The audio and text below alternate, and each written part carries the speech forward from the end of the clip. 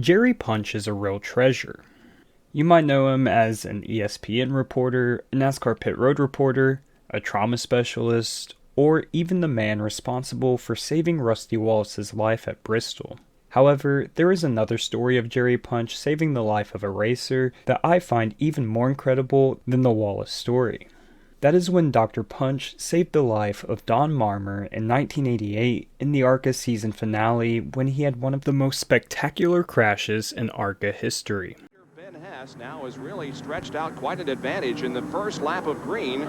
Here he is crossing the stripe and completing lap 52 and a crash. Oh, a terrible crash. Up in turn number 4 as one car impacted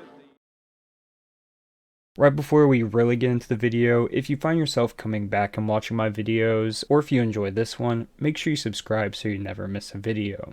Anyways, let's get into it. Let's start off by getting to know our two main characters of this story. We'll start off with Don Marmor. Don was born in 1952 and grew up in Illinois. His dad, Gene, was actually one of the best short track racers in the Chicago area and was inducted into the Illinois Stock Car Hall of Fame in 2012. Anyway, Don, he was crowned champion of the 6-cylinder division at Grundy County Speedway in 1973 at the young age of 21. He spent several years racing short tracks in the Chicago area before he started to compete in the ARCA series in the 80s. He attempted a handful of races in 1983 and 84 before he attempted the full season in 1985. In 87, at the age of 34, he collected his first pole at Delaware and 7 top 10s en route to a career best 6th place in the final standings. He was facing good competition too. Bill Venturini, Bob Keselowski, Bob Dodder, and Bob Strait were all contenders he had to face on a weekly basis. In 1988, he was having another career best season with 3 top 5s and 9 top 10s, and then that kind of brings us here to Atlanta. Now let's look at Jerry Punch. Punch was born 1 year after Don in 1953 and grew up in North Carolina. Punch actually has a very interesting career. He walked on North Carolina State's football team and was the backup quarterback. He graduated in the top 10% of his class, then went to medical school at Wake Forest. Incredibly, to pay for his medical school, he used his prize money he earned racing. Yeah, he actually raced a bunch of short tracks in North Carolina. He started to work as an emergency medicine physician after he graduated. While he was a practicing physician, he started broadcasting for MRN in 1980. Then he became a pit road reporter for ESPN 4 years later. He was in this role for a number of years, which brings us to Atlanta, 1988. So with that background information, let's get into the Atlanta race. It was November 19th, 1988, the day before Bill Elliott won his only Cup Series championship. On the ARCA side of things, Tracy Leslie had the championship already locked up, but there was still a race win on the table for Tracy and all of the other drivers.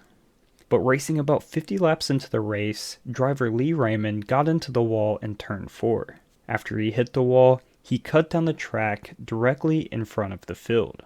Everyone went to the outside to avoid the Raymond machine, except Don Marmor, who was committed to the inside of the track. Don made contact with Lee and was sent straight into the pit road entrance barrels. His car was thrown up and overturned once in the air before landing and flipping one more time, then coming to rest. leading lap 52 and a crash. Oh, a terrible crash. Up in turn number 4 as one car impacted the pit wall. Lee Raymond was one of those involved, but that was not the car that turned over in the 4th turn. This was horrible. Just the commentator's tone says it all.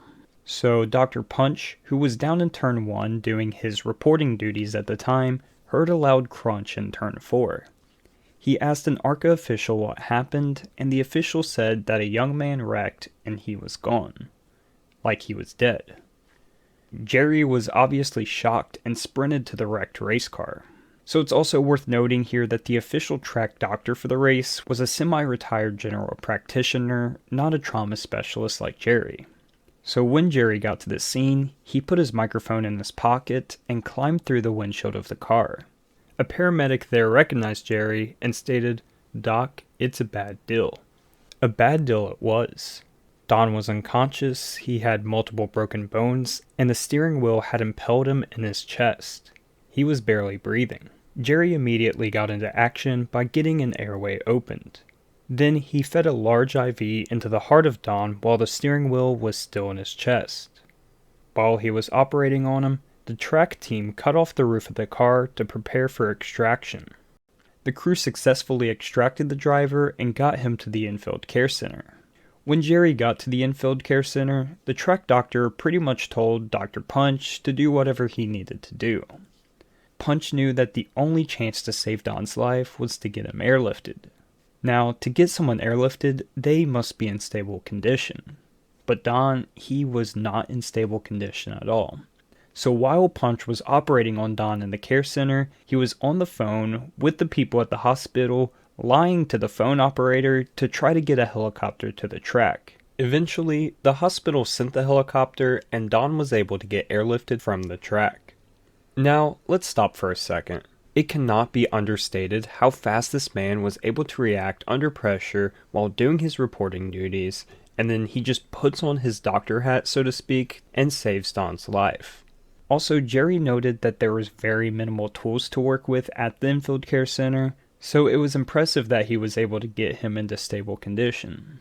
Anyway, after Don was airlifted, Jerry went back on his way to his reporting duties. So, remember the microphone Jerry put in his pocket? Well, everyone in the TV truck had been sitting there for 45 minutes listening to him through that microphone. And when Jerry approached them, they all erupted in cheers, praising Jerry for what he had done.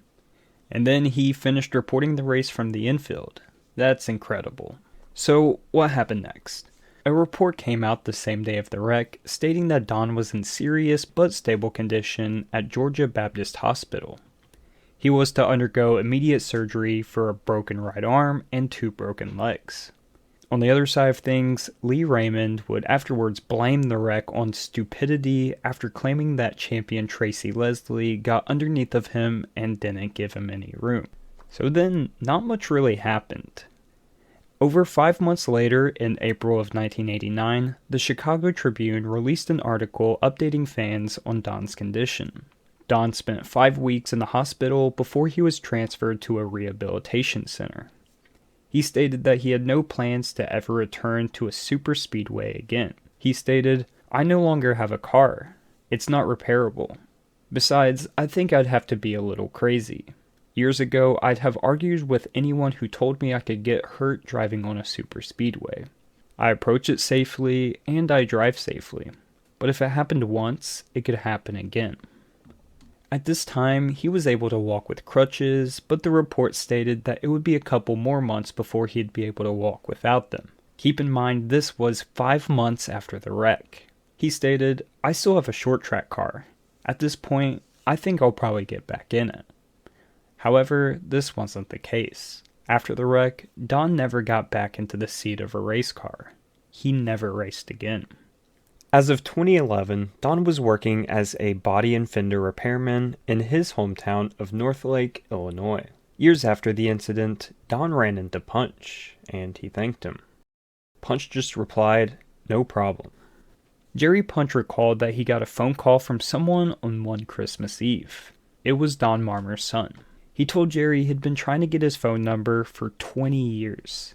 The Marmor family was having a family Christmas gathering at the time. Don's son said, "As a family, we want to thank you for saving Dad's life." Don, of course, was at that family gathering. I couldn't imagine what that felt like, to be responsible for saving a man's life, and his son calls 20 years after the fact to give thanks and share that Don is still alive and well. What a perfect ending to a near-tragic story. Anyways guys, that's it for this video. I hope you did enjoy. I'm definitely thinking about doing a Jerry Punch video now, just reading a lot, learning a lot about him. It's just crazy what he was able to do, all the lives he saved, all the stories he was a part of. So let me know down in the comments down below if you'd like to see that. But anyways guys, that's it for this one. I'll see you in the next one. Peace.